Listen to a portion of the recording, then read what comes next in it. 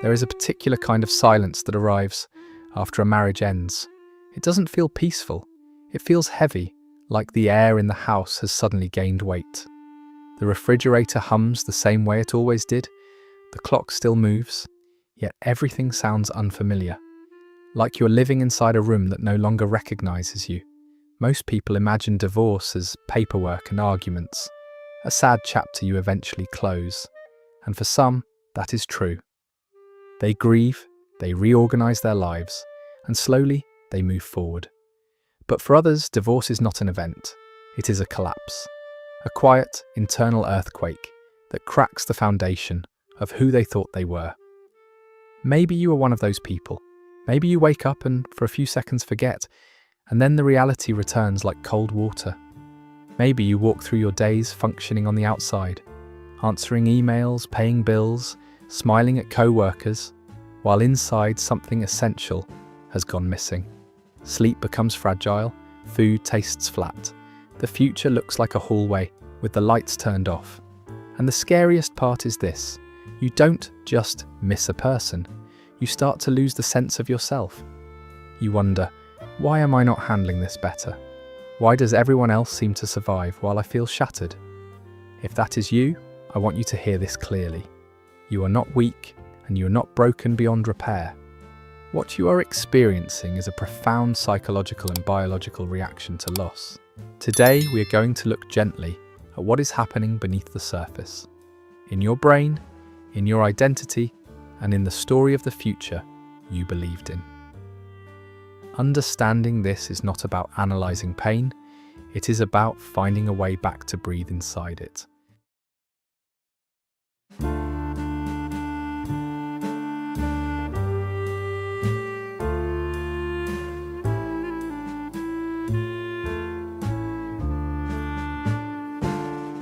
To understand why divorce can feel like you are physically falling apart, we have to start with the brain.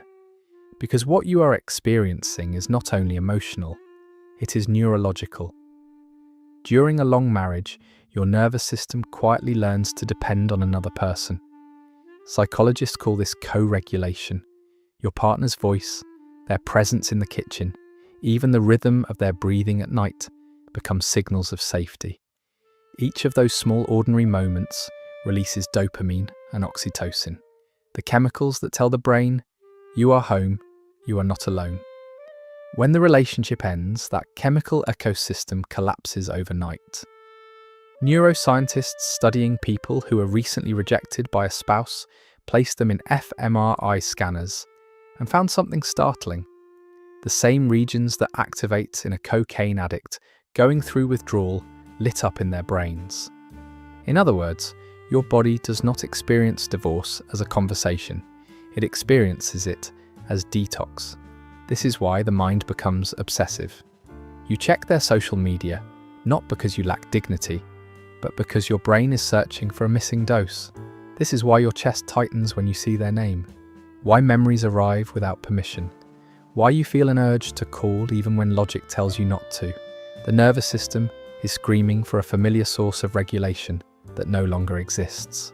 Emotional pain also travels the same neural highways as physical pain, particularly through the anterior cingulate cortex. That is why heartbreak can make your stomach twist, your muscles ache, your breath feel shallow. Broken heart is not poetry, it is a sensory reality. At the same time, stress hormones like cortisol flood the body, keeping you in a constant fight-or-flight state. Sleep fragments, appetite disappears, thoughts loop in circles you cannot step out of. None of this means you're failing. It means your brain is trying in a very clumsy way to survive a loss it was never designed to face alone. The biology of withdrawal explains the pain, but it doesn't explain the emptiness, the feeling that something larger than a relationship has disappeared. That is the psychological earthquake known as the collapse of identity. In close relationships, we do not remain separate individuals standing side by side. According to the self-expansion model, our sense of self slowly stretches to include the other person. Their routines become our routines, their dreams blend with ours, and without noticing, we stop thinking in the language of I and begin living in the language of we. You become someone's husband, someone's wife, someone's partner in a shared story. Your calendar, your social circle, even the way you imagine the future is built around that joint identity. It feels natural, almost invisible, until it is gone. When divorce happens, the we dies, but the brain still expects it to be there. That is why people often stand in front of a mirror and feel like they are meeting a stranger. Who am I if I am not her husband? Who am I if I am not providing for this family? These are not dramatic questions. They are symptoms of a self that has lost its center. Psychologists describe this as role engulfment. The relationship consumed so much of your identity that very little remained outside of it. And when that structure collapses, you don't just mourn a person, you mourn an entire version of yourself. The hobbies you abandoned, the friends you drifted from, the dreams you postponed, all of it suddenly becomes visible in the silence. This is why the pain can feel disproportionate. You're not only grieving a partner, you are grieving a meaning system. The map that told you who you were and where you were going has been erased. Standing in that blank space is terrifying, but it is also the first moment in which a different self can begin to form. One that is not borrowed, not blended, but genuinely yours. Most grief looks backward. We mourn what we had. Divorce creates a different, quieter kind of mourning. Grief for what never arrived. Human beings live ahead of themselves. Long before tomorrow comes, the mind has already built it. During a marriage, you design an entire private future. The house you will grow old in, the vacations you will finally take, the ordinary Tuesday dinners that feel safely predictable. These images are not daydreams. To the brain, they become a working blueprint of reality. When divorce happens, that blueprint vanishes in an instant. Psychologists call this cognitive disruption, the sudden loss of the narrative that organized your life. It is like walking through a familiar hallway and discovering that the last door opens onto empty air. Nothing prepares you for that kind of vertigo. This is why the pain often feels mixed with humiliation. You trusted a story that did not survive. You invested years into a future that quietly evaporated, and part of you wonders if you were foolish for believing at all.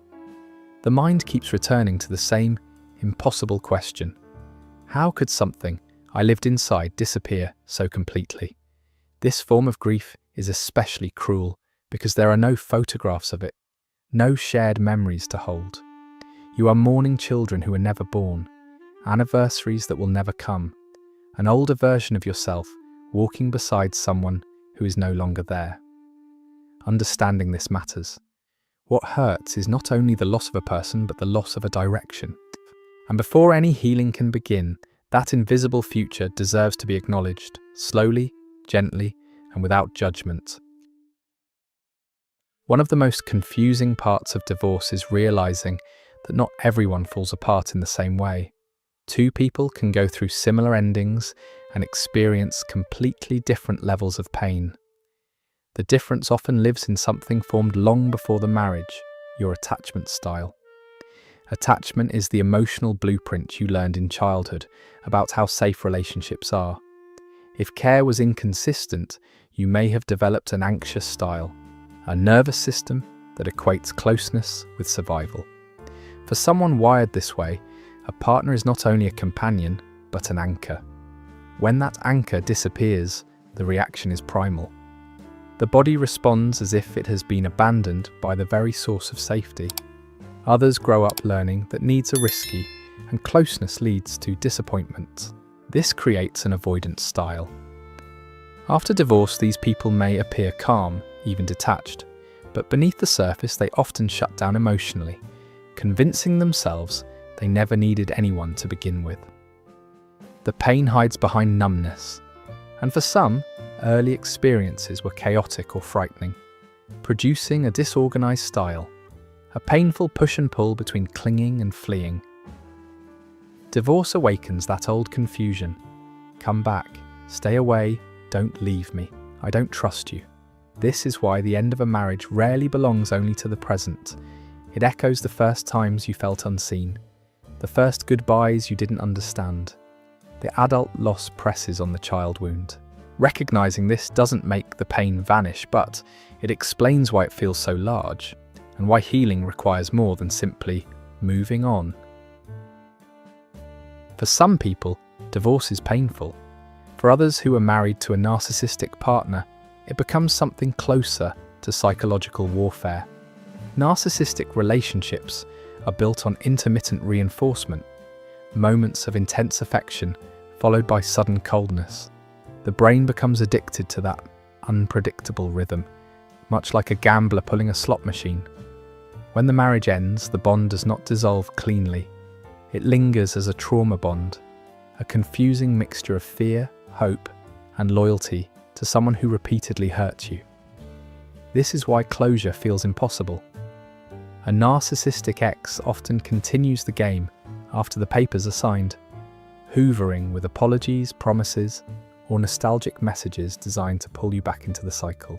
Then just as quickly, they may gaslight you, rewrite history, or treat you as if you never mattered at all. The nervous system never gets to rest. It stays alert, waiting for the next emotional ambush. Many survivors blame themselves for still caring, for missing a person who caused so much damage. But what you're experiencing is not weakness, it is conditioning.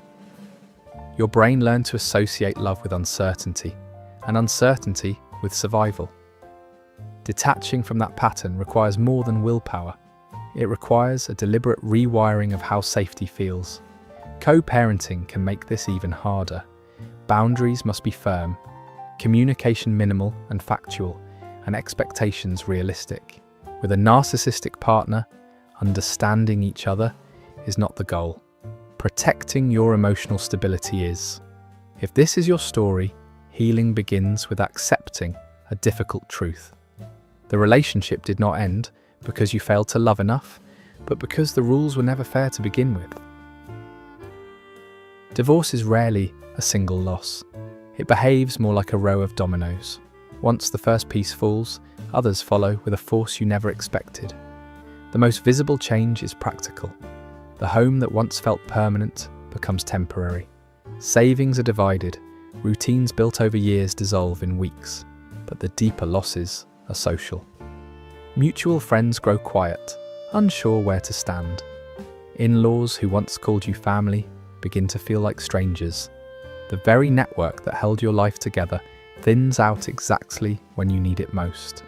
This shrinking world creates a particular kind of loneliness. It is not just the absence of company, it is the feeling of being edited out of a story you helped write. People invite you less. Conversations become careful. Even well-meaning relatives ask questions that reopen wounds you're trying to bandage. For parents, another layer appears. Co-parenting means seeing the person who hurt you at school events, exchanging children like fragile packages, learning to smile while your nervous system trembles. Every transition can become a trigger, a reminder that the family you imagined now exists in two separate houses. All of this places the body under constant stress. Cortisol stays high, sleep remains shallow, and the immune system weakens. The collapse is not only emotional, it becomes physical. Understanding these secondary losses matters because they explain why healing takes time. You are not recovering from one ending, but from many small goodbyes stacked on top of each other. Naming them is the first step toward rebuilding a support system strong enough to hold you again. Divorce does not happen in a vacuum. It unfolds inside a culture with unspoken rules about how men and women are supposed to heal, and those expectations often shape the pain. Many men are taught, quietly and early, that suffering should be managed alone. After divorce, they may move toward numbness rather than grief, working longer hours, drinking a little more, dating too quickly to prove they are fine. From the outside, this can look like resilience, but inside it is often avoidance, a way to outrun feelings that have nowhere safe to land. Women, on the other hand, are more likely to turn the pain inward. They replay conversations, search for what they did wrong, and carry a heavy sense of responsibility for the failure of the marriage. Friends encourage them to talk it out, yet the talking can easily become rumination, a loop that keeps the wound open.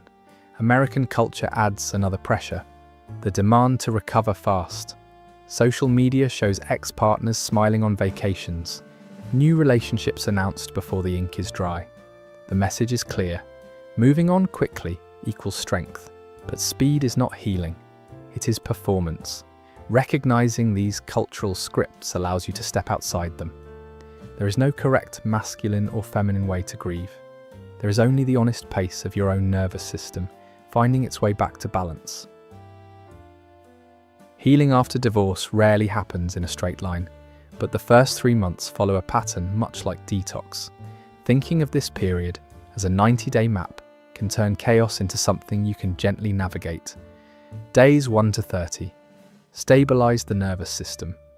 Your primary task is not to understand everything, but to calm the body that is living in alarm. Simple rituals matter more than big insights. Regular sleep times, short walks, meals even when you have no appetite. When waves of panic arrive, use grounding. Name 5 things you can see, 4 you can touch, 3 you can hear, 2 you can smell, 1 you can taste. These small anchors teach the brain that the present moment is survivable. Days 31 to 60.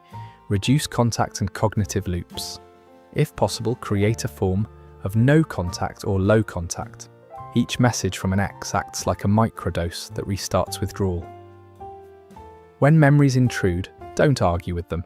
Label them as brain weather and return to something physical. Breath, movement, a cold glass of water. Many people find relief in writing a letter they never send, letting the unsaid leave the body without reopening the door. Days 61 to 90. Rebuild the I. Begin an identity inventory.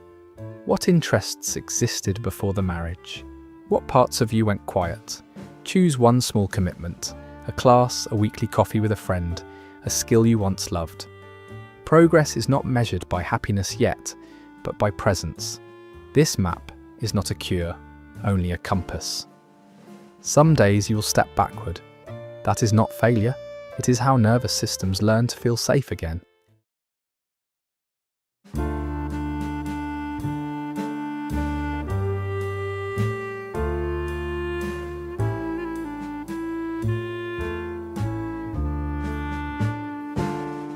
At some point, usually when you least expect it, the noise begins to soften. Not because the past has been erased, but because your nervous system has learned that survival is possible again. This is where something quiet and powerful can emerge: post-traumatic growth. Growth after divorce does not mean pretending the marriage was a mistake or that the pain had a purpose. It means recognizing that the version of you who existed inside that we is no longer the only shape your life can take. The empty space left behind becomes a workshop rather than a grave. You start making choices that belong to you alone. How you spend a Saturday morning, what kind of love you will accept next, what boundaries finally feel like home. Many people discover strengths they never needed before. The ability to sit with discomfort, to rebuild friendships intentionally, to trust their own judgment again. The self that rises from this season is not the old one restored. It is a wider, more honest design. If you are still in the early rubble, hold this gently. Healing is not dramatic. It is a collection of ordinary days slowly stacked together. One morning you will realize you laughed without forcing it. Another day, you will notice the future no longer looks dark, only unknown, and unknown can be spacious. If this story felt like your own, consider subscribing to the channel so we can walk through the quiet parts of healing together. I would love to hear a piece of your journey. Leave a comment and tell me what stage you are in right now. You don't have to rebuild alone. Thank you for watching.